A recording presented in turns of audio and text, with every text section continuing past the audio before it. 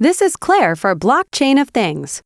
Today, you will learn the ins and outs of the Retrieve Device Identification Info node and how it's used in Catenis Flow. The Retrieve Device Identification Info node can be used to retrieve information about a Catenis device. The Catenis 2, whether this node is a hub or a gateway, the client ID it belongs to, and the device name. Name the node using the name field and set a Catenis virtual device in the connection field. Enter the device ID of the Catenis device you wish to retrieve information for in the device ID field.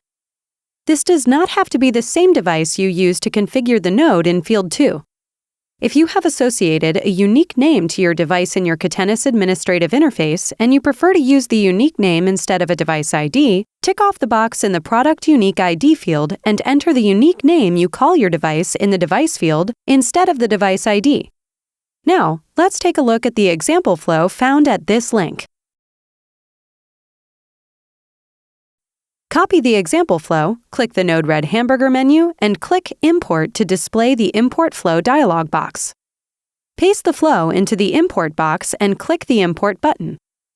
This flow is a working example implementing the Retrieve Device Identification Info node.